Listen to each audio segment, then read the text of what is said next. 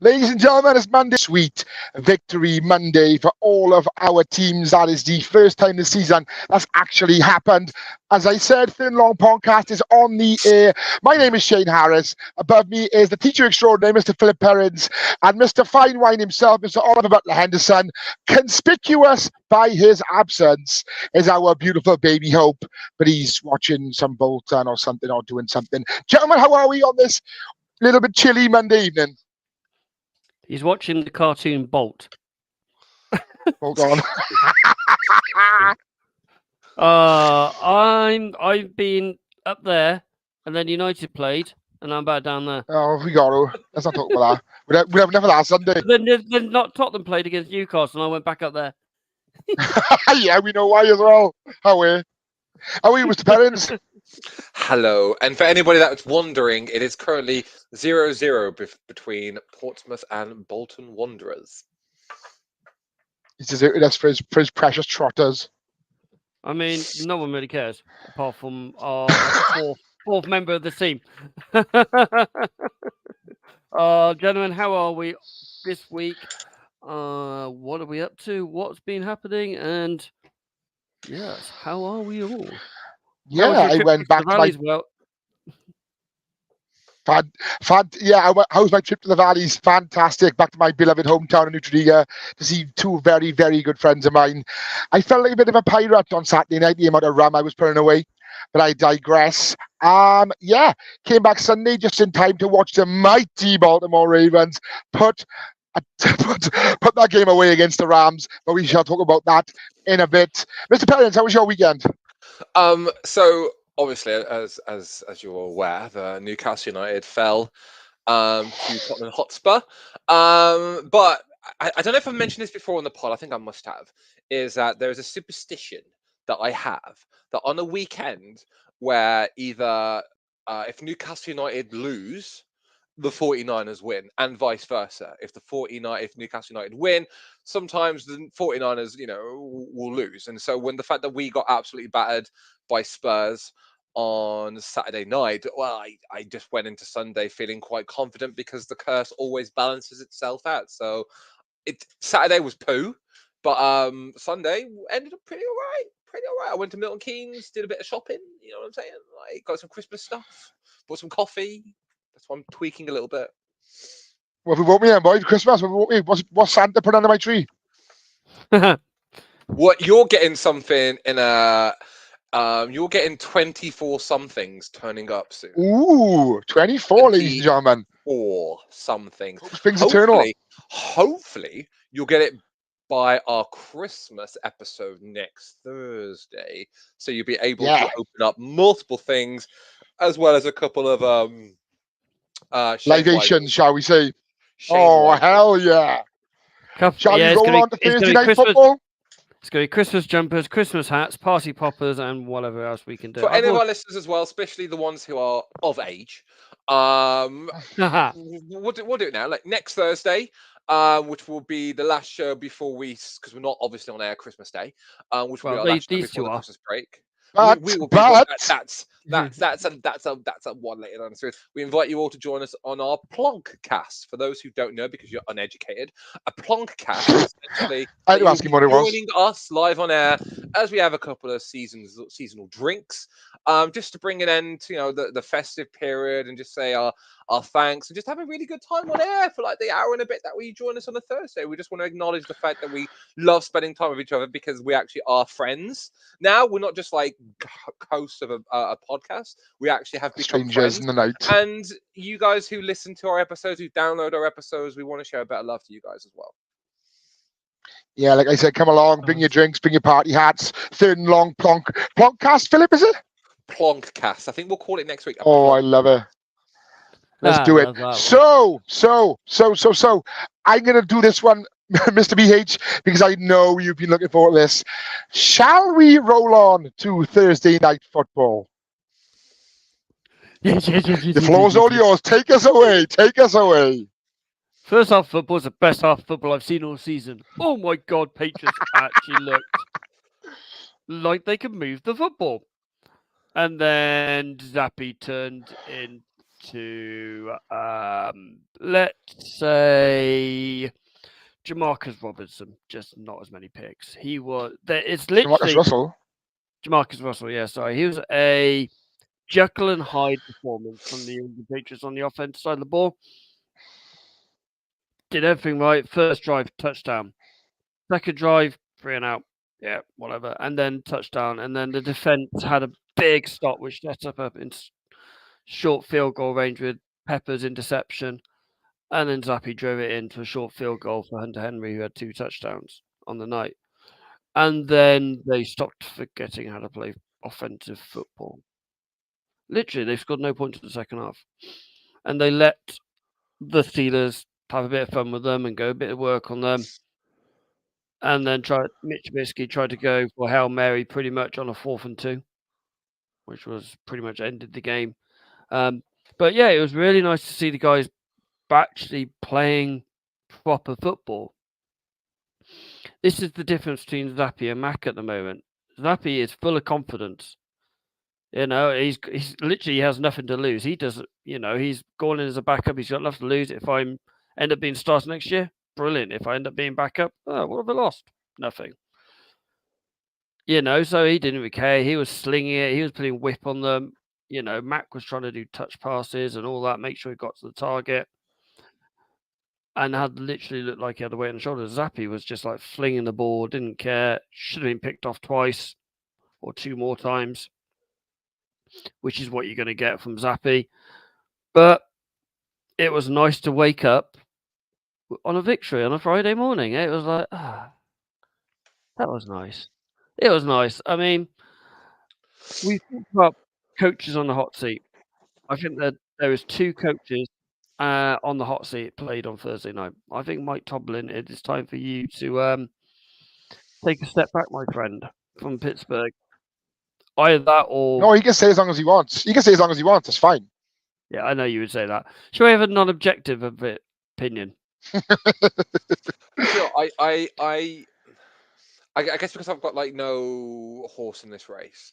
I think the game gives more questions that need to be addressed more so than answers.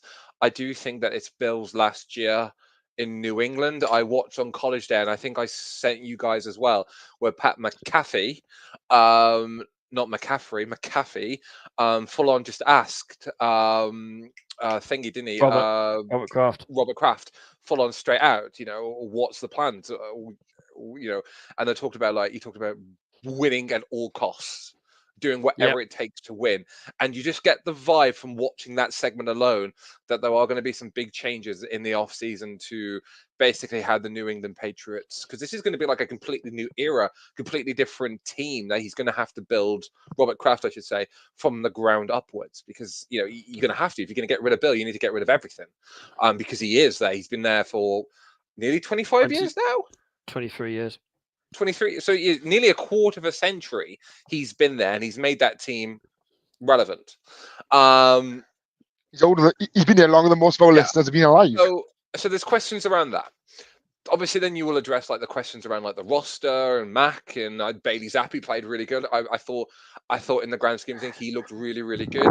But then if we switch to the other side of looking like at Pittsburgh, you said about like Tomlin being on the hot seat. Yes and no. Historically, the Steelers don't fire coaches. In their entire existence, they've only had 3 head coaches. Okay? Mike Tomlin is only the 3rd head coach of the Pittsburgh Steelers. They don't get rid. And if you get rid of Tomlin, more than half of the NFL are going to want him because he is defensively brilliant. Like, I think he's been there for too long, so he's stagnant. I think so. But he's a Super Bowl winning coach that's never had a losing season, I should say. So I think, I think Bill is more likely to leave than Tomlin, just because of the Steelers' whole organization. Okay, they kept Big Ben after the many problems that they had with him. They kept Antonio Brown until it became untenable. They've had characters and personnel that have not gone down well, but they've just moved on. But they've kept the Tomlin structure pretty solid. And I think the only question around Pittsburgh is what to do with Kenny Pickett, because he is not that guy. And maybe when we talk about a certain quarterback who will be traded in the off season, maybe that might be a destination that he might land upon. But Kenny Pickett he is not him, as the cool kids would say. He is not him. I said that at the beginning of the season. I don't rate Kenny Pickett, and No. he's showing everyone now what I said. And everybody was like, "No, he's good. No, he's good. He'll click on. He'll kick on." No, he's not. And no, he No, I ain't. didn't see it. I didn't see it in the season. I didn't see it last year when he started featuring, and even in the off season. And I remember going into the first game of the season. I'm not going to wax the 49ers, but the big talk was Kenny Pickett was going to roll into SoFi, and not Yep. SoFi. Sorry, might as well be SoFi. Levi's, and absolutely steamroll the 49ers. That didn't happen, not even close. And then just since then, I mean, what's the joke that they kind of tell now? Like Joe Flacco has walked into like Cleveland Browns and he's already thrown more touchdowns as a Brown than Kenny Pickett has his entire NFL career. Like it's already that already. Joe Cool, So isn't it? Joe Cool. it's just like that. It's just like, and it's not going to work. And yes, he's hometown hero. As in hometown is in he's from there, not those. He's not Kurt Angle, but he is from Pittsburgh. And ironically enough, so is Kurt Angle. Yeah, exactly. But that's why I said he's no Kurt Angle. Like but I'm happy for you, Ollie, more so than I'm happy for the New England. It's also like a bit of a bittersweet as well, because you won, and then yesterday you got confirmed to be eliminated from the playoffs. So now you're just kind of playing for places now, aren't you? Like in terms of personnel, who's playing for their jobs. Let's say it as it is. Who's playing for their jobs now going through? Coaching staff, players, people associated with the team. Robert Kraft's going to look at everything now that he's not going to have to look at, the playoffs or who we're going to look into the future or like that kind of thing, or the draft. He's going to be thinking of short term, who's staying, who's going, what do I need to do? It'd be interesting because Belichick goes, Steve Belichick goes, his other son would go, and so would the dog, who obviously, as everyone knows, took part of the draft in the 2020 season. But Interesting. would that necessarily be a bad thing? Because again, I don't want to interrupt so much, but like Bill is Bill. But then you found, and when you look at like our football as well, English football, when you look at like football managers that bring in their own children into the club, so which like Ancelotti being one of them for a start. Okay, Ancelotti brought in his two sons to Everton, and then he took his two sons to the coaching staff in Madrid, and that's where they are. You talk about when Zidane was manager of Real Madrid, he brought his son up to be a goalkeeper, and he was second. Now his son is not a Real Madrid player. Like he's all right, but like he's mid-table League One kind of like goalkeeper. He's not most successful team in football in history, reserve goalkeeper. So we see this quite a lot in sport. Nepotism is what we call it, like in the film industry, where you get a job because of who your parents are, who your family ties are. You've really got to look at David. You've really got to look at David Flay and Eric Watts. Yeah, the McMahons, like we could the Von Erichs. It happened. Like we can do all kind of sport as well. So Bill moving on and then taking his sons with him, or they leaving their positionals or whatever, it could breathe new life into it. Like it's almost like taking a slab off a piece of grass that you've had over it for the last 6 months, and it's all like yellow and kind of like pale green, and you give it like a dust, right? And it will grow. It will, be reformed. Like, it's not like Belichick's leaving kills the Patriots dead. It's not like the NFL are going to have 31 teams next year. Like the Patriots will go on. Like teams have gone on when coaches have moved on, but that's it. I'm happy for the New England. That's essentially my end rant. Sorry. Mr. Hope has taken his eyes off Bolton for a minute to say that Pickett had a perfect preseason, so that must be good. I know, Ollie, and I will take great pleasure in saying this. They can stick their towels where the sun don't shine, because they are not getting any postseason this year. And also, Mike Tomlin is not going to keep his perfect record either. So, the Steelers. Did anyone see what I think it was Slate did in the changing room afterwards? Oh, go on. We've been here enough times. We are not scared of them towels. And there Good. was an expletive. I mean, It was a expletive. yeah. I mean, I've seen so many games over the Patriots Steelers over the last 20 years. I've been watching them. And I remember one game particularly. This is why I hate the Steelers and I would never go to Pittsburgh.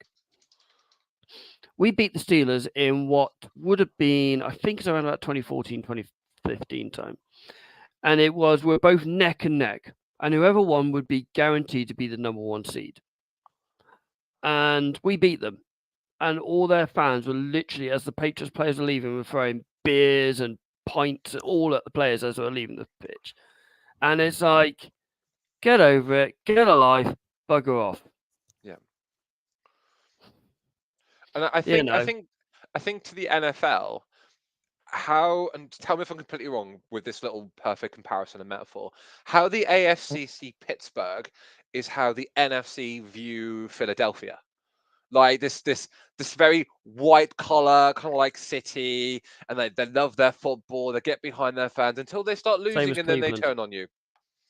That's how I always get this impression with Pittsburgh. But unlike the Eagles, Pittsburgh have a history of 6 Super Bowls. They were at one point the most successful NFL team in history until San Francisco, and then New England took that place. But so they have an arrogance to them, but they haven't won anything since Tomlin won their last Super Bowl in 2005. So there we go. It was with Ben. It was with Big Ben. It was Big Ben, wasn't it? It might be 5. Well, Big Ben won 2 Super Bowls, yeah. So Big Ben won 2. He won 1 for Crowther, and then he won 1 under Tomlin. So yeah. Bill Cowher was tweeting. Yeah, again, the second Pittsburgh Steelers, but they never got rid of Crowther until he left himself because it was just easier to keep him on. Like honestly, if you look at Crowther's record, it's the exact same as Tomlin's, more or less. If you look at their win percentage side by side, they kind of did the exact same job, underperformed, but still had this arrogance of being amazing. Who would like to talk about their game next? I can't remember. Mr. Harris. I can't remember. Yes, I'm going to go with, before I talk about my beloved Ravens, which I will take great pleasure in doing, I'm going to look at the Lions and the Bears game from Soldier Field. All right, boys, hands up who had the Bears winning this one. No. For those of you who are listening on Spotify, there are no hands in the air currently. Our poor Dan Campbell lost one this week. And boys, I'm sick of saying it. I wish somebody would give me a hand down from my soapbox. Justin Fields is class, right? I mean, yeah, he only threw for 1 touchdown, but he was the heart and soul of this offense. That end around as well to DJ Moore was a thing of beauty. Did you see that? Yeah, the opening touchdown. Yeah, absolutely beautiful technique. What a fantastic play call that was. And then he also threw one to DJ Moore to score as well. And like the Lions were these days, you don't know which Lions team is going to turn up. Is it going to be the team that turned up at the beginning of the season that got off to a great start, or is it going to be the same team that turned up against the Ravens and the Bears? They're very much inconsistent. Jahmyr Gibbs got on the scoreboard as well for the Lions, but Goff was picked twice as well. He went 20 throws for 35 attempts, 161 yards. So he didn't even have that much of a game. Sam Laporta was quiet. He only made 2 catches on 6 attempts. He was very quiet. Yeah, so as I said, a shock in this one in Soldier Field. The Bears won 28-13. Now I'm just going to see now which takes the Lions to 9-4, and they've got the Broncos next. So, do you think they'll be 9-5? The advantage is then they are in Ford Field, but they've also got the Vikings home and away, and they've got Cowboys. They don't have an easy 4 games. Although Vikings, we'll talk about it, won't scare anyone. But they are big games, those teams. But they've got to hopefully get something out of Detroit, out of Denver or Dallas. personally. I think, are they in danger of missing out the playoffs? I don't think so. The Packers are But chasing them down, though. I mean, the Packers have been playing well, and Jordan Love seems to have ticked.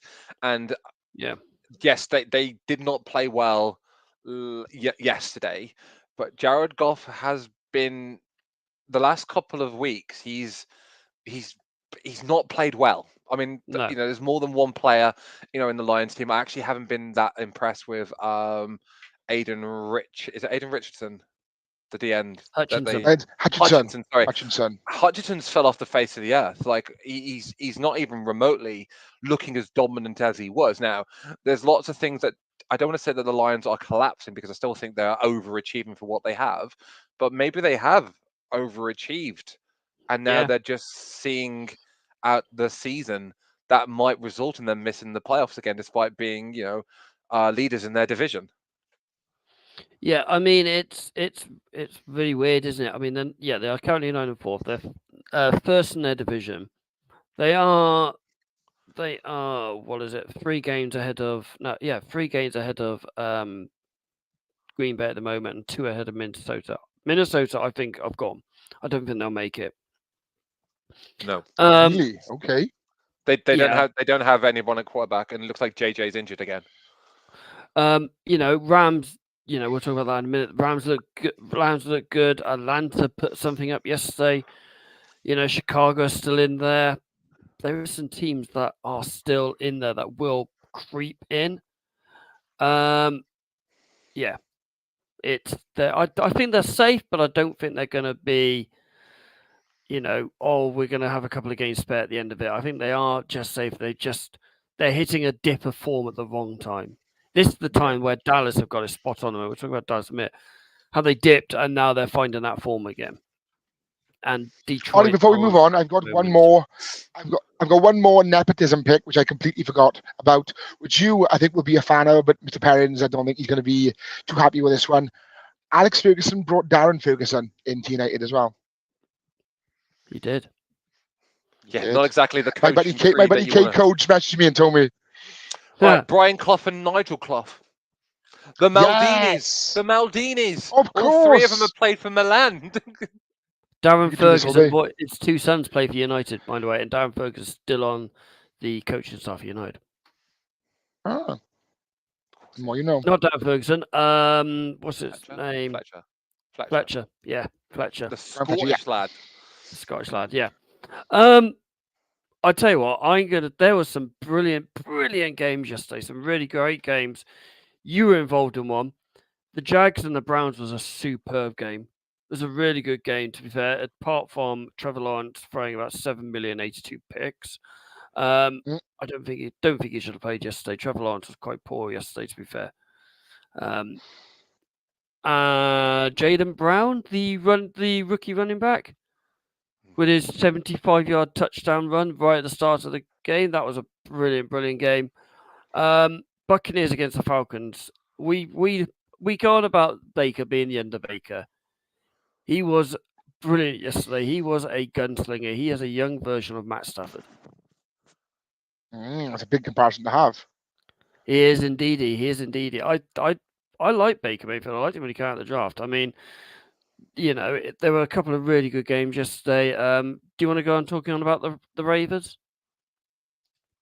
The Ravens? You want to do the Raiders now, do you? Ravens. Go on. Do you want to talk about the Ravens? I thought we were going, a turn each, but I don't mind. Yeah, of course. I can spend all day talking about my boys. He's a 9 o'clock game, isn't he? Okay.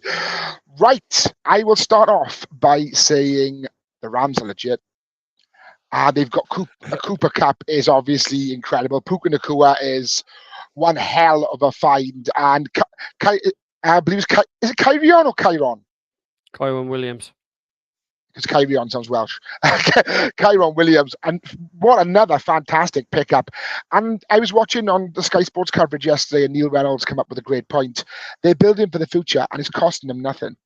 They got Puka Nacua, and they brought him for free, and they're both fantastic players. And I also forgot about one Aaron Donald yesterday. I completely forgot again until he was mentioned. All the awards he's racked up in his career, I completely forgot he was there.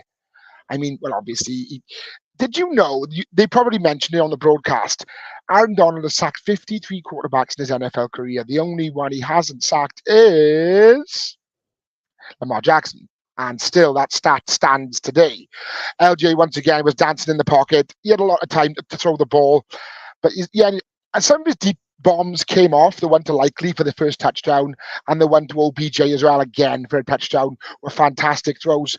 But then also, he was sort of doing it, and the receiver just couldn't get on the end of him. I don't know whether were they not quick enough, or were the balls too deep? But whatever it was, I think he needs to sort of work on that part of his game. But other than that, fantastic. I was sat here yesterday screaming at the TV. I genuinely thought we were going to lose. I put in a group chat tonight. I genuinely thought we were going to lose. I thought on that last play on the third down where we had to basically get a touchdown, stay in the game, and I think we were on the 20-yard line. I think it was Lamar Jackson. What a dart to my boy, number 4 from Boston College, Mr. Zay Flowers, with the score. And then they went straight down the other end and scored straight away. And I was like, we're going to lose this now. But then they went to overtime. And of course, gentlemen, I'm not even going to say it because I'm going to say it from a biased point of view. What did you think of the last play of the game between the Ravens and the Rams in overtime? I'm gonna put something what Ollie said before we say that. Ravens were lucky to win yesterday. No defense from either team. Yeah, it was a shoot. He's right. It was a shootout. We won 37-31, but it was an absolute shootout. Honestly, there was a lot of missed tackles. You had 3 chances to literally all he had to do was push him out of bounds, and it would have been out of bounds. He was missed a lot. What do you think of it, Mr. Perrins? Were you back in time for football then? No, I missed that bit completely. Sorry. Basically, what happened was, and I'll run it down with great pleasure. Basically, overtime, Ravens had the drive first, done nothing, and then I think the Rams kicked the field goal, and then they punted it back to us, and then Tyrone Wallace picked it up and ran for 76 yards for the game-winning score.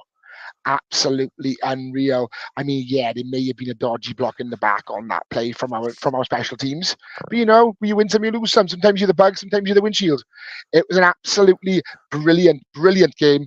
This was the one game for me that I thought we'd win because down the stretch now towards the end of the season, I will argue to say we have the hardest run-in as it comes. It's the Jags on Sunday, and then it's some insignificant game, which I will let the cat out of the bag right now.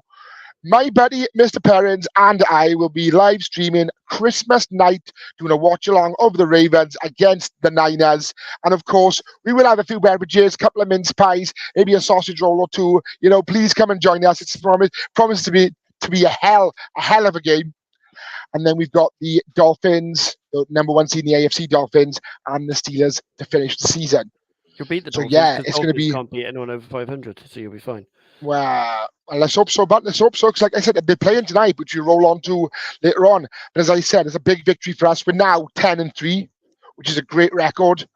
At the moment we are number 1 in the AFC, but we'll see what the Dolphins do tonight when they play the Titans. Odell Beckham's second touchdown. I wonder if the DBs got up from the field yet, because he put him on touchdown. It was like, yeah, that was Odell Beckham back to his best. Odell Beckham, when he was at LA, he was superb that game. He also made that touchdown because Lamar underthrew him by a good 2 yards.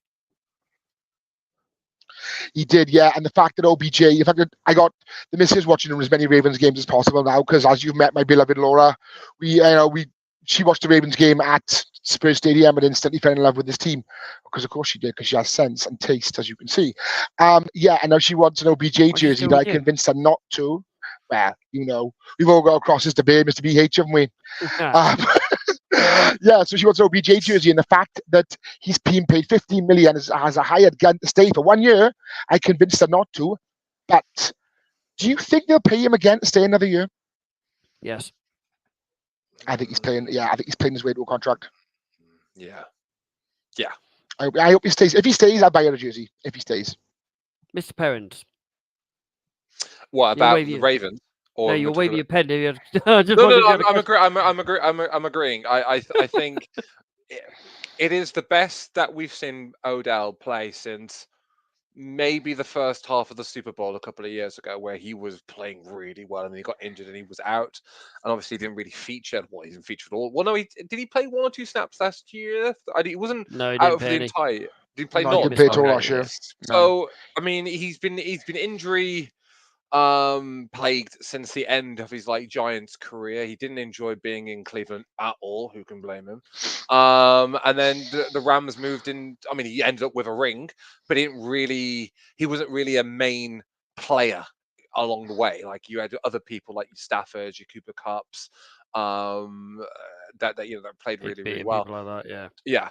But in Baltimore, I mean, I think there's still questions around the offense of Baltimore. I mean, Shannon Sharp, my boy Shannon, compared that Lamar Jackson has the exact same stats to Mac Jones this season Apart in the from Lamar NFL. can run. Well, they both breathe. That's pretty much the only similarities there. So, but when you look at that, I mean, I think the next to San Fran, Baltimore have the next best team. And I think your defense is legit. But then Baltimore have always had a great defense. You've always had that killer instinct on that defense side of the ball. So, from Darnell Ellaby and Ray Rice, Ed Ward, you've had really, really great players. Have a minute now. Ed Reed, Ray Lewis, Hello Inata, Marshall Yanda. Come on, Peter Bulwer, Chris McAllister. This defense is historic. You didn't actually mark the fact that I said Darnell Ellaby, because I always used to trade for him on Madden 12. You've already mentioned him. Oh, I know. yeah. I was going to say, anyway. I think the defense is really, really good. Again, second best team in the NFL. I think Baltimore Ravens are, but I think Lamar has played better this season than he did last year. But then he was injured and he was dissatisfied last year. Playbook, all that stuff that goes with it.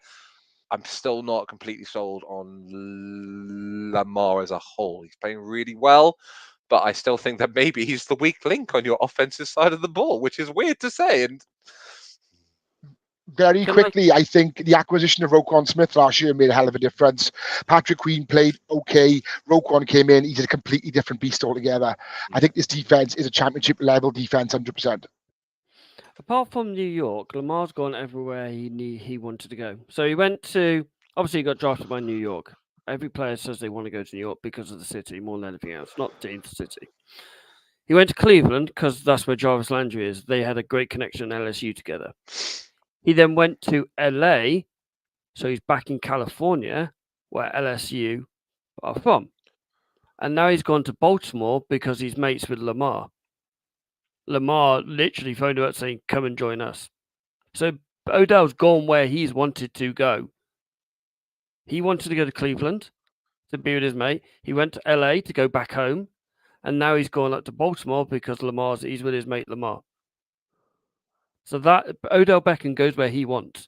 Odell Beckham is a man to himself and does what he wants to do. But I do think he's going to be great. I do think he's a bloody good mentor for Zay Flowers. Because Odell Beckham's route running is second to none. Absolute second to none. A slant running makes amazing. Sorry, anyway, continue. Would you like to answer this accusation? Shane pays her £20 a game if she watches them with him, he told me. I don't give her 20 quid. I'll pay for her meat and chips. She's all right with that. So we had our first 0-0 at half-time in nearly 40 years yesterday in MetLife, in a very English weather MetLife. And Mr. Perrins likes droll jab games to talk about, so he wants to talk about this one. And another one. What, the Raiders and the Vikings? Also the Texans and the Jets. Oh, should I talk about that one first? I thought you actually said okay. All right. So I said I've said on the pod lots of times of the year now that the playoffs are more or less set. The teams that are all in and around are likely to go on and play in the off season and in the postseason, I should say. It's the teams like the Jets and the Giants and the Panthers and even New England to a degree as well that I'm really, really fascinated about. And I have said on air and off air and in our WhatsApp group, and the one person that I really hope was on the show tonight, so I can go ha ha ha ha, I'm right, is not on the show tonight because I said it would be very likely that the Jets organization, like what Shanahan did with Trey Lance, move on from Zach Wilson. And I remember Baby saying, I don't think you guys were involved in it, really. I mean, you might have commented on it, but like he was very adamant, like, no, why would they? No, he's staying in New York, blah, blah, blah, blah, blah. The day after, I think it was Friday, it got announced, Zach Wilson's starting again, but now the Jets are going to actively look to move him on in the offseason. And I went, I've been saying it for months. You can just read the situation. They don't want him. He doesn't want to be there. Aaron Rodgers thing hasn't worked out with him. Yes, he probably likes Aaron quite a lot and has learned a lot from him, but it's not working for Wilson. And Wilson, like when I said about like New England playing for their futures, playing for their jobs, Wilson played for his future. He's playing for possible suitors in the offseason. And he looked as good, if not better, than any other time that I've seen him in his last 3 years. 3 years in the league. I just have to do a quick count then. So he 27 out of 36 completions, threw for 301 yards, 2 touchdowns, finished the game with a rating of 117.9. Now, we Best can look game of into his many. career. Yeah, the best game of his career. We talk every single week about the frustrations of the defensive side of the ball because the New York Jets defense is elite. They have amazing players on that side of the ball. It's been the offense, whether or not it's the coordination, the O-line, the quarterback, the recruitment. Lots of different things can add into like this horrible mixture of, oh my God, we're absolutely diabolical. And you can see that frustration building up in the last couple of weeks. But the Jets managed to get a touchdown from Gibson. They had who rushed a touchdown for Breece Hall, touchdown for Randall Cobb. Like Randall Cobb rolling back the years as well. He's got to be like nearly 50 now, isn't he? Aaron Rodgers. Did you? Oh, so you saw this in Hard Knocks. Aaron Rodgers is his son's godfather. Yeah. Love that. So again, it's not necessarily nepotism like we talked, but like having those close kinships and bringing players. And we saw Tom Brady bringing in Rob Gronkowski because that's who his guy was. That's who he relied on. Randall Cobb was the exact same thing for Aaron Rodgers. He's my guy. He's not going to play every single down, but if I know he's out there and I need him, Cobb's going to be my guy. The biggest thing going forward at this, though, and I'm very happy for the Jets. Do I think the Jets will continue this momentum going forward? They're currently 5-8 and they're 3-5 at home. No, I foresee them. I don't know if they can be mathematically eliminated from the playoffs next week, but they're not going anywhere. And a lot of them, especially like the Zach Wilsons, are playing for their futures. They've got quite a lot of players on that team that they only really signed on 1-2 year deals. And that was purely around the Aaron Rodgers kind of like, the gravitas that he was bringing to that organization. So there's still a lot more things going forward to that. CJ Stroud going down with injury. I think he's done for the season. Concussion. Yeah, concussion, they've said. Yeah. So whether or not he's done for the season, he's very unlikely to play next weekend. And looking to see, I mean, I can't think off the top of my head who Houston have. I just have a quick look. They've got Tennessee next week, then followed by the Browns, then Tennessee again. That would be a winnable and then game. The Colts finish again. So the winnable games. You hit the nail on the head there, Shane. Winnable games. Davis Mills. I thought at one point Davis Mills was the best quarterback in that draft class when he was drafted. That had Wilson and Lawrence and Mills and Fields and Mack. At one point, he was playing the best football out of all of them. Last season, he had his time to shine.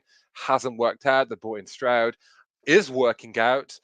But it looks like Mills is going to just be a place filler for the remainder of the year. We can maybe mention about the poor weather, the effect of losing your star quarterback. And I use the star quite literally, your star quarterback going down. I mean, they only scored 1 touchdown. They didn't get the PAT because I think they went for 2. Missed it. They completely... Did he miss it? Or was it? Yeah, Did they go for he missed two? the kick. He missed the He kick. missed the kick. Was that the one where he got offside and they had to move it back, or did he just full on miss the PAT? Full on Or am missed I the thinking of PAT. a There was a different game? lot of them Yeah. yesterday. Matt Gay Oh my missed a god, yeah. few as well. And we'll talk about a few of them a little bit later on. But yeah, I just think Houston were just out-punched. I think that was the word to say, which I don't think it's something that D'Amico's going to want to admit, but they were out-punched by a team that kind of really needed it. I don't know if this momentum's going to go with New York, considering that they're playing the Dolphins next, so that's going to have to be a lot of momentum Good luck. to go. They're going to. Hold on, is it Miami? After Black Yeah, Friday, they're at Miami next week. So we'll see that going forwards. But it's an interesting game. Honestly, I'm devastated for CJ because he was a legitimate contender for. I mean, he probably will win Rookie of the Year or Rookie MVP, I should say. But I think his stake for MVP of the year has probably gone bye-bye now. Yeah. Ollie, Yes. there's a comment in the chat from friend of the show, Mr. Andy Davis, of Across the Pod. Yeah, I'm not sure if I want to read it out. I was gonna leave that to a certain game. So yes, because I would like to comment about that game on a certain game, because I do believe, seeing on his profile picture, he does support a certain team, but I'm not sure. He's one of them lot. Yes. Yeah. So quickly rolled around the other 6 o'clock games. Like I said, the Buccaneers beat the Falcons 29-25. That was a proper shootout. The Bengals got their feet back going with a 34-14 win over Gardner Minshew's Indianapolis Colts. Gardner had a mare. Not as bad as Trevor Lawrence, who lost 27-31 to the Browns. The Panthers are probably now guaranteed to be the worst team in football with a 6-28 defeat to the Saints. And then we roll on to the 9 o'clock games. The game that we're probably not going to talk about much is the Broncos versus the Chargers. The Broncos winning 24-7. Justin Herbert out with a broken finger. Let's talk about. Let's talk about the Vikings quickly, because then we can bring up this game. Andy, if you weren't such a nice guy, I would tell you to go and shove that comment somewhere. Yeah, me too. We'll see you next week, but I thought you were going to say see you next. I thought you were going to say something else. No, as I said, friend of the show, good buddy of mine. I wouldn't have this glorious piece of headwear if it wasn't for him. I got a lot of time for Andy. I really do like Andy myself, but yeah, you've just gone down in my estimations, my friend. Yeah, I'm not going to be watching the game on Sunday. Let's just put it that way. Yes, so as you might have seen, the Vikings and the Raiders, literally the only points they scored was in the last 2 minutes. Mr. Perrins, crack on. All right, and so it's my ongoing mission really to make boring game. No, because I'm really excited. I have. It's like I'm generally. There are two teams. There are 2 teams that if I didn't support San Fran, I would 100% either follow the Raiders or the Vikings, just because with the Vikings, I love the whole skull thing. I have like Viking tattoos across my chest. And I love the Raiders because I just love, I think if I was an NFL player, I'd probably be at home on the Raiders just because of how much they love, what they call shit housing. They love wanting people. They love cheap shots. They love the black and silver. I would be all in as a Raider. In fact, I'd probably end up being someone like Max Crosby. I would love it so much. This game was not good on the offensive eye. On the offensive Water's wet, grass is green. This game was not good. Now, what we learned going into this game, lots of positives first. We learned that the Raiders have a really good defense. They only kept Minnesota down to 3, and it was a special teams field goal. What we learned, the Vikings have a really good defense. They shut out the Raiders. That's as much as it goes. We also looked at the Kyle Shanahan quarterback tree, because you had both teams that had backup quarterbacks that used to be starting quarterbacks in San Francisco in Nick Mullins and Jimmy Garoppolo. Jimmy Garoppolo did not play one single down yesterday during the game. That's how little Antonio Pierce rates Jimmy Garoppolo in the Raiders, and he would rather stick poor mustachioed menace Aidan O'Connell out there by himself, throwing interceptions and blowing the place out, as opposed to letting George Clooney himself, Jimmy Garoppolo, literally just hand it off or just do Oh, he's a good-looking 10-yard boy. slants. But at least what I can say about the Vikings is that Joshua Dobbs was getting the absolute crap beat into him, because we're looking more and more and more as Max Crosby is full on solidifying himself as a genuine defensive MVP candidate. 7 solo tackles and 2 sacks. Okay. 3 tackles went for a loss as well. So he was the anchor man. He is the leader as well. Like, he is literally Mr. Raider at this moment of time where you don't really know what's going on in the organization. Minnesota knew that they had to change something with Josh Dobbs. Now, Josh Dobbs is a really good backup quarterback. He can come into a team without defenses knowing too much about him and get a pretty good momentum. Okay. So we've gone from like the pastronaut to the astronaut, because he was not very good. He was ass. So the fact that they then brought in Picnic to kind of like tie it all off, and that seemed to get the ball down the field long enough in the fourth quarter for them to kick a field goal.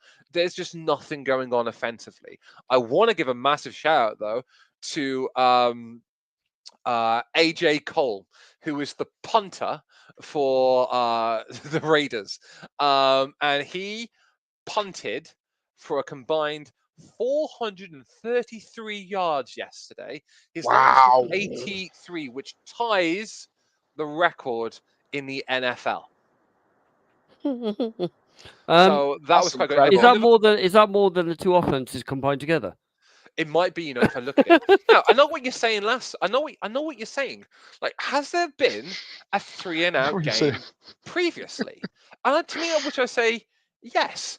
And weirdly enough, history in November the 14th, 1971, the Vikings were also involved in that game as well, where they beat the Packers 3-0.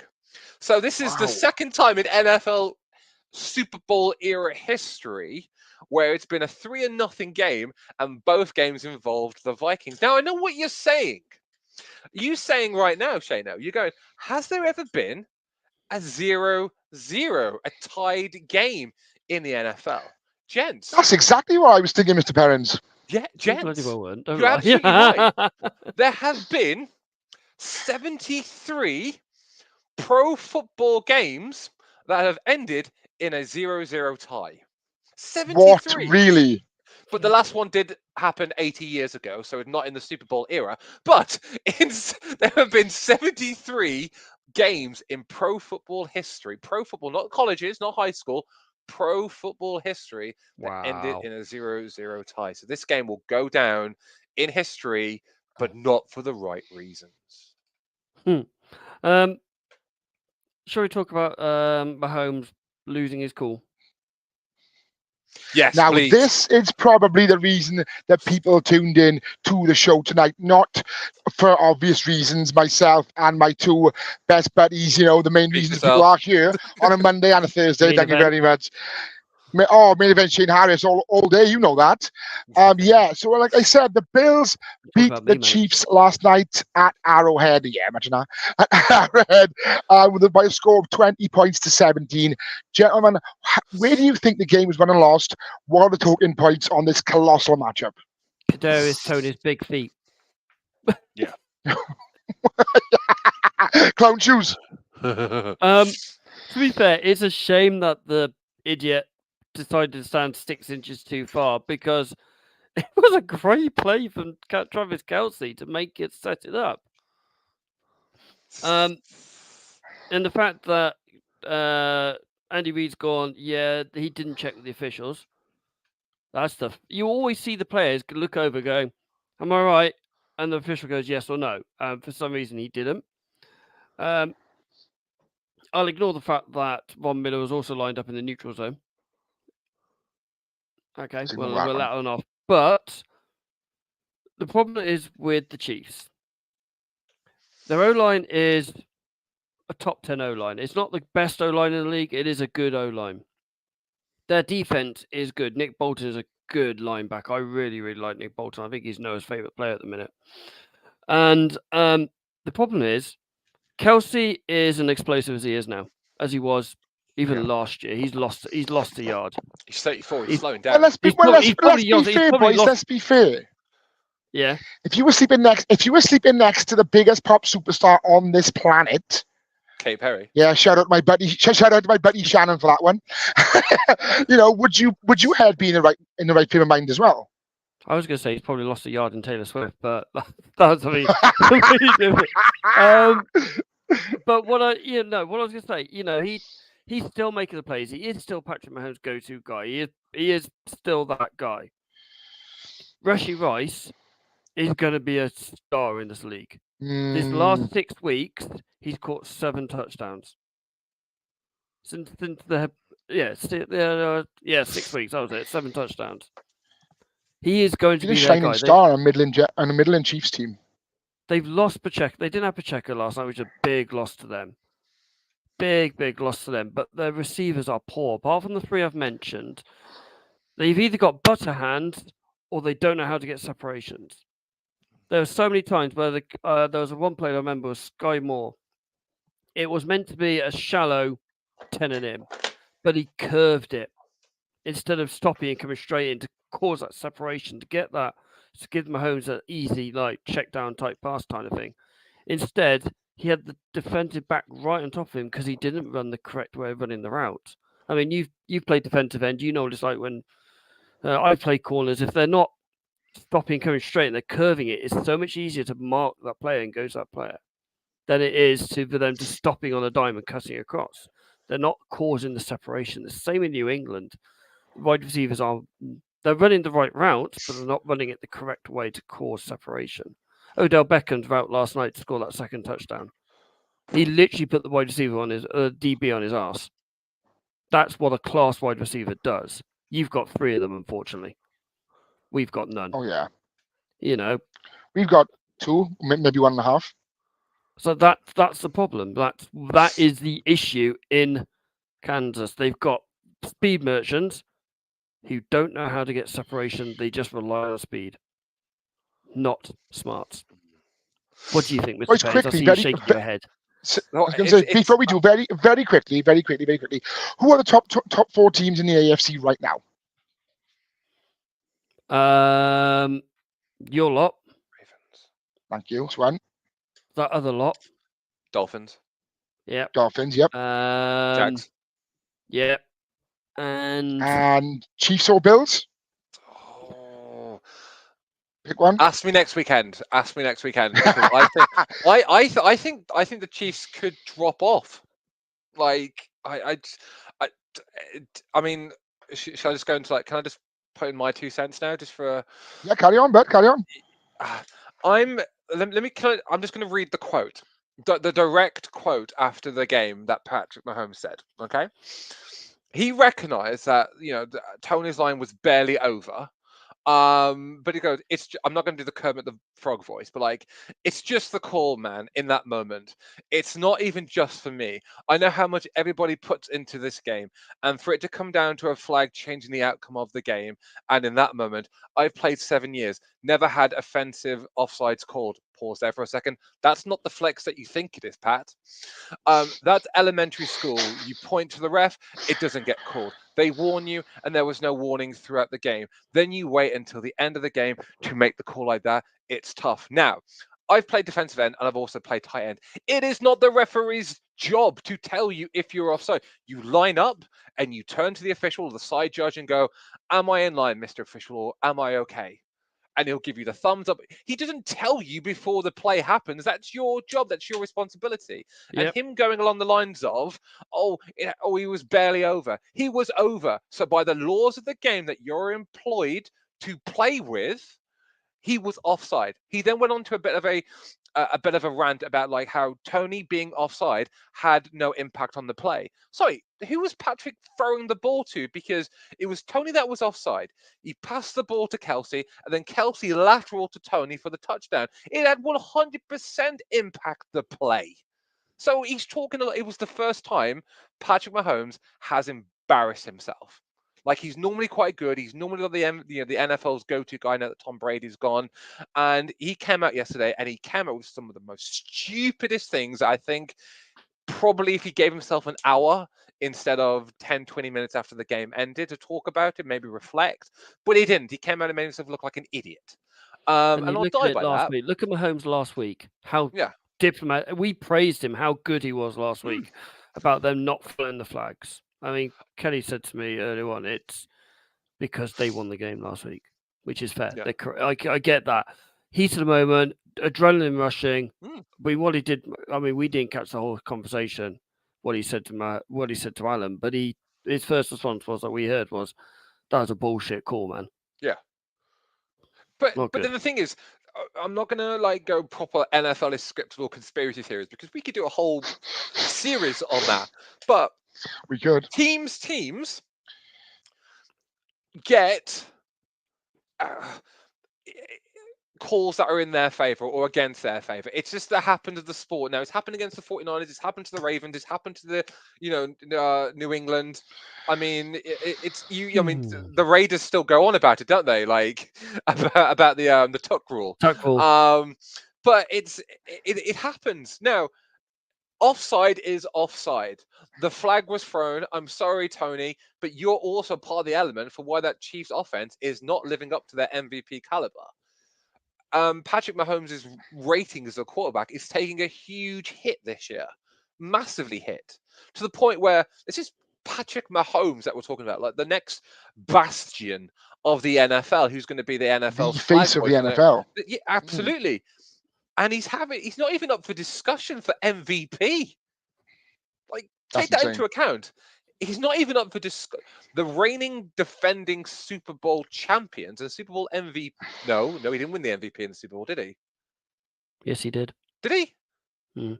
Okay. Kind of like he did, yeah. Why am I thinking Jalen Hurts won it? Anyway, no, I thought Jalen Hurts won it as well. So basically, the reigning defending Super Bowl champions and MVP is having probably his worst season in the league. I don't rate Tony, and I mentioned this before we come off air. The Giants drafted him in the first round of when they picked him, they drafted him in the first round. Yes, he had injuries, but if a player is good, you will try and keep him regardless. Now, it got to the point where they were like, it's not going to work in this organization. Let's get rid of him for a third. He did also want out. He publicly bashed that offense under Joe Judge. So now he got out of the place that he wanted to go or get away from into this Super Bowl team, and he is being highlighted every single week, along with the other receiving core, of being woefully inadequate. Now, without going on the Brock Purdy needs weapons around him kind of like mantra, people saying every quarterback does. Every quarterback needs it. Every quarterback needs at least one WR1. Patrick Mahomes is a great quarterback. He will end his career, whenever that happens in the next 15 years, as being one of the greatest who ever played the game. He will be talked about the same way that Brady, Montana, and Bradshaw and Unitas were and are talked about. But he has no one other than Kelsey. But Kelsey has been injured. Kelsey is slowing down. Maybe Kelsey is thinking about life after football now, because you hear lots of rumors online about what he wants to do in the off season and who he wants to do it with and who he wants to start a family with. Maybe living on a farm with TT and a couple of kids, I expect. Maybe just with his brother. I can imagine both Kelsey boys. Could you just imagine like both Kelsey boys just going out at the end of the season, just both retiring at the same time, like going off into the sunset? I guarantee you that won't happen because one won't take the other's thunder. No, I reckon there's a joint ship because they love each other. So I reckon one would go. If one goes, the other one will go at the same time. I don't think one will do one after the other. I think they would both go off together, because then you'd imagine that when it comes to them going into the Hall of Fame, they would both go in at the same time because they would both be eligible at the same time. Yeah, that's a point. Yeah, you see point. What I mean? Because that's when it came through. Because in a couple of years, Drew Brees will be eligible for the Hall of Fame, which I will love because he's my favorite. If you've been listening, my favorite non-49er player ever. Oh, yeah, Drew Brees. But he'll be eligible because of the year that he retires, and I think that would be the case for the Kelseys. Now, I could be 100% wrong, but that would be kind of cool that they retire together and then they both go in together. That would be sick. Yeah. But yeah, Patrick Mahomes is not having a great season. The Chiefs are not having a great season. Let's see how they bounce back, because I am not for anti-Chiefs. I'd rather be anti-Chiefs because they're really, really good. And yes, both our organizations Oh, well, would that's love a interesting. Patrick Mahomes in their, in their team, but I would rather Chiefs suck than the Chiefs be good. Are we in agreement here, gents? Like, Yeah. I would Right, rather the Chiefs right. lose every single game. Do you know who the Chiefs have next and who their bounce back game is against? Is it Carolina? Oh, it's New England. It's against Yeah. Bailey Zappi and the boys. Good luck. That's going to be an interesting game, trying to see if receiver catch something. For anyone who's noticing, Portsmouth are beating Bolton. Sorry, Ollie, you should have come on the show. Sorry, sorry, baby. Unfortunately, we've got no time to talk about the 49ers game tonight. Mr. Parents has talked Yeah, about that's fine. Yeah, you're not going to bother this week. I do want to talk about the 49ers because has there ever been a team that's had a player ejected 2 weeks on the bounce? I asked this. You're talking about again. you're talking about the Seahawks tonight, you made. No, you had It a happened player again. ejected last night as well. Who? Eleanor? He got ejected. Oh, I thought you were talking about like the same player getting ejected. I'll go. No. I thought. Greenlaw didn't get ejected.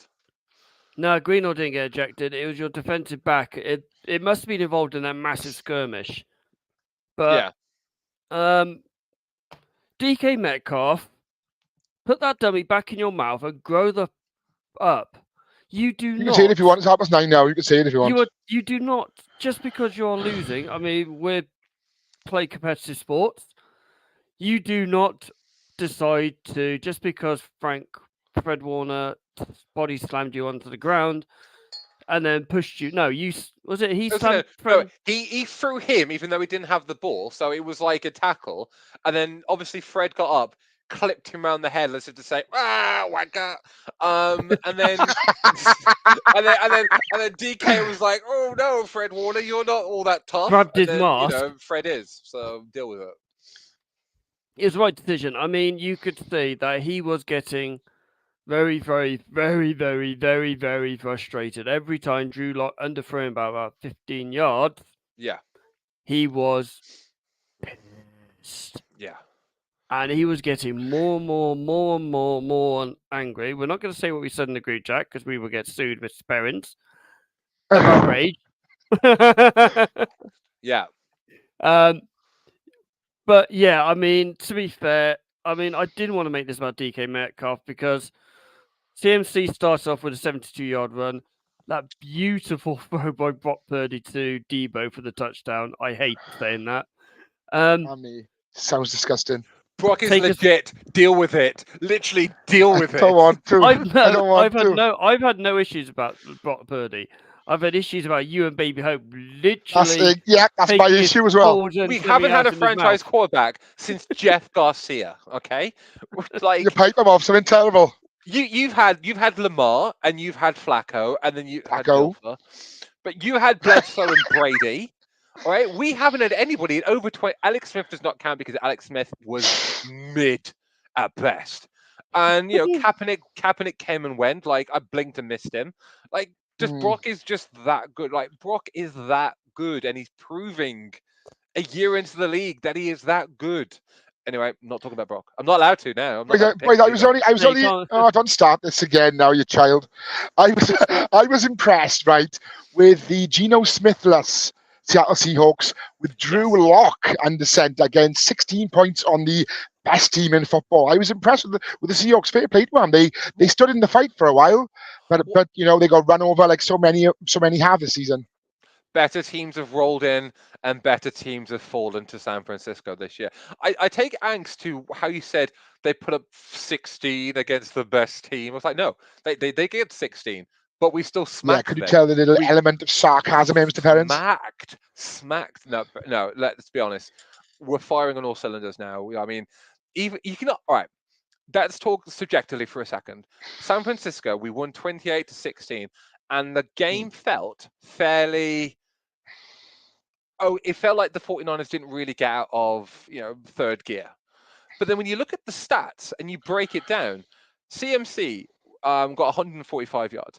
Debo got 149 yards. Ayuk got 126 yards. Kittle got 76 yards. So, like, a lot of these players in a very mid-looking game. And Brock threw for 368, his career high. 2 touchdowns, 1 interception. The interception was, I don't know whether or not it was Ayuk. I know we got tipped on it. No, it was Ayuk because Ayuk had a bad game.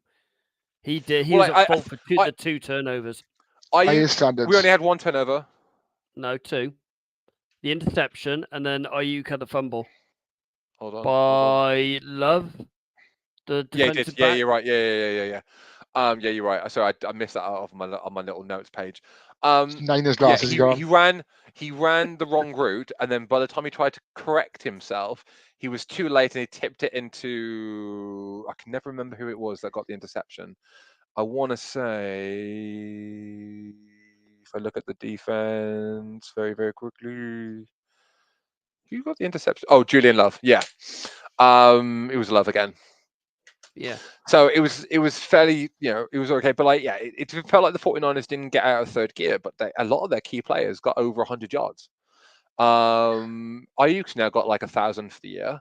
CMC's got 1,000 for the year. I mean, a lot of, and Debo has decided to be great again, like he has. He's just gone, I'm just going to be really good again. And he's played his absolute arse off the last couple of games, so he's getting himself pride for like what happened in the off season. But yeah. 49ers are now the number 1 seed in the NFC. The and NFC that was championship game would be you and Cowboys. And I think, as I said before, it's a return to the old rivalry from the 90s and the 80s. San Fran I think against this Dallas. This Niners team reminds me of Real Madrid of the early 2000s, Galacticos era, where they've got absolute star in every position. If Kittle Ramos. Yeah, exactly, Roberto Carlos. If Kittle went somewhere else, he would be an absolute superstar, megastar. But here, he just is just another name, just another player. They're all good to each other. He is an all. Be quiet this year, mind, Phil. Be quiet this year, mind. But I think it's because other players have stepped up. Like, if you look at his stats, there's not really much difference between last year and this year. I just think, like, Ayuk has played well. Debo's aside. CMC has been godlike. Like, he's almost been like, Hermes, the Greek god. How great he's been on the ground. Fred Warner's been amazing. Greenlaw's been amazing. Trent Williams coming back in the team has been amazing. Purdy's going up for MVP. Like you said earlier, he's now one of the odds-on favorites to win the MVP this year. This is a stacked team, like you said. This could be the best 49er team that I can remember. It could be better than the Jim Harbaugh team that got to the Super Bowl and lost to the Ravens. I think it could be better than the team that got to, it is better than the team that got to the Super Bowl against the Chiefs, purely because the quarterback is better this time around as opposed to then. It's just a really good team. I'll be devastated if we don't get to the championship game. I'll be more devastated if we don't get to the Super Bowl, and I'll be devastated as hell if we because I plan on getting a 49er tattoo if we win the Super Bowl this year. I will save you money. I was going to say Kittle. You know why I got a soft spot for George Kittle. You know exactly why. He's a big mark like us, isn't he? He's a massive mark, man. And also, the Usos, massive 49er fans. And so is Bailey. Bailey's a 49er fan as well. Did you know? Anyway, Ollie, swiftly moving on to the last game of the evening. Yeah, I won't lie. I do like what. Oh my god, we haven't even talked about the Sunday Night Football yet. Oh my god. I see him jabbering on. Yeah, I know. Right, let's go that because we do have to get around. We don't need to talk about Monday night games. Yeah, Cowboys. They are legit. I need my word shy. They are. Is this the first time that the Cowboys have beaten a team that's over 500, though? Yeah, but they didn't just beat them. Oh, I know. They beat them down, and they kept on beating them down. Yeah, but I also think it's because I think the blueprint is. I know. I'm not saying the Cowboys aren't a good team. The Cowboys are a very good team this year, but the Cowboys hadn't beaten a team over 500 so far until they got to the Eagles. They got embarrassed to the 49ers. I think the 49ers, one, destroyed Philadelphia's ego, and also probably showed the blueprint in how to stop Philadelphia from playing their game. And Dallas literally just rolled in and did the exact same thing. Yeah.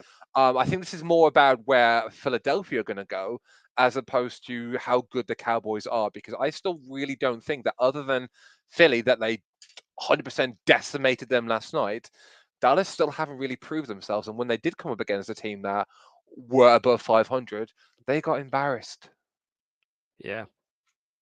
But Philly nothing. I were- mean, Dak is still brilliant. Again, Dak is playing an MVP type year as well. Definitely And in I've the always, conversation, but definitely in the conversation. yeah. I mean, ever since when the Cowboys did Hard Knocks a couple of years ago now, I've had a soft spot for Dak because purely of what he had to go through when he like his when he had his like operation and the stuff that was going on in his family. I really like Dak. It's nothing against Dak. Yeah. I just don't like Dallas because it's ingrained into my soul. You like rookie kickers, Mr. Perrins. I do. I bloody love a rookie Rookie kicker. kickers. Brandon Aubrey, 4 kicks Yes. last night. Yep. The shortest one was 46 yards. And then he kicked one Whoa. of 58 yards, 59 yards, 60 yards. Mhm. All over the middle. Whoa. And his 2 kickoffs hit the crossbar from 75 yards out. Well, 65 Whoa. yards, 85 yards Got a out. leg on him. He has got a leg. It's like, okay, that's pretty impressive. He can kick a ball. 75 yards out, hits the crossbar.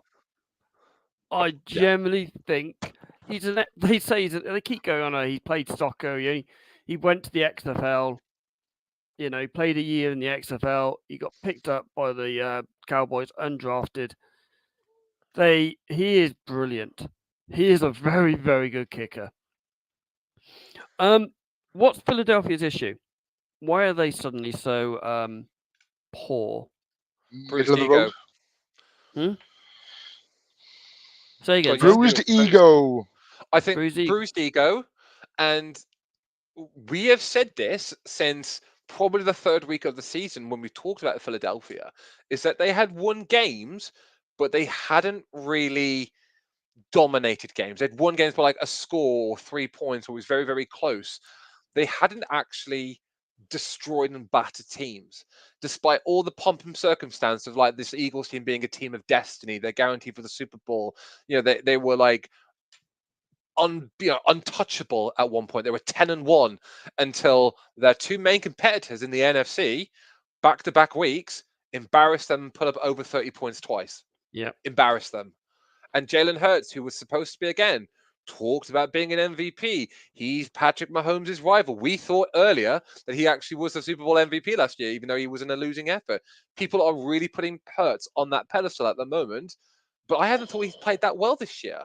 And I think their record was deceiving. You can't really knock the fact that they were 10-1, but how they won those games were close games. They didn't really control games. It looked like it was almost like a shootout. And I think coming across their 2 competitors, who they, Eagles fans in particular, love to talk trash, embarrassed to San Francisco, embarrassed against Dallas. Where do they go next? Like, I mean, Dallas are now breathing down their throats. They're not the number 1 seed anymore. Dallas are now tied for them in their division. I wouldn't be surprised if Philly just slip a little bit more, because I think the sheen is slightly off. In Philly terms are number of them 5 now. in the playoffs now. They've gone from number 1 to number 5. They're not. They are now a Wow. wild card team because they are not number 1 in their division. I mean, I think the they're- schedule is ridiculously favourable because they've Yeah. got Seattle, New York, Arizona, then New York again. It's ridiculously in their favour to maybe end the season as the number It's 1 in their seed. hands. It's in their Yeah. hands by the sounds Well, of it is, it. yeah. I mean, like, and I think I found Sky's late game for this week as well. Dallas Cowboys travel to Highmark Stadium to take on the Bills. That should be a Oh. shootout. I imagine that'll be Sky's late game this week. That's going to be a Cowboys win. I think the Eagles' issue is Brian Johnson, their offensive coordinator. Oh, Yeah. they have AC/DC singer then. Their O-line isn't as good. They can't run the ball this year. They are struggling to run the ball. I should know. I had an Eagles running back as one of my fantasy teams. Can't run the ball. Jalen Hurts is playing hurt, literally. He's got 2 excellent wide receivers. He's got 2 WR1s in Devontae Smith and AJ Brown. They are superb wide receivers. Dallas Goedert was back yesterday. Barely. He got outshone by Jake Ferguson, who is a genuine, brilliant rookie tight end. And I think Brian Johnson's the problem. I think he's a bit over his head. I think he stepped up too early. That's my take on it. It's not bad take, not bad take at all. Not bad take at all. We won't cover tonight's games or preview tonight's games. We'll talk about them on Thursday night show, 8:30 live on Facebook, YouTube, and Twitter. Yes, mate. Before we do, just want to let everybody know what tonight's games are. The Packers play the Giants at MetLife.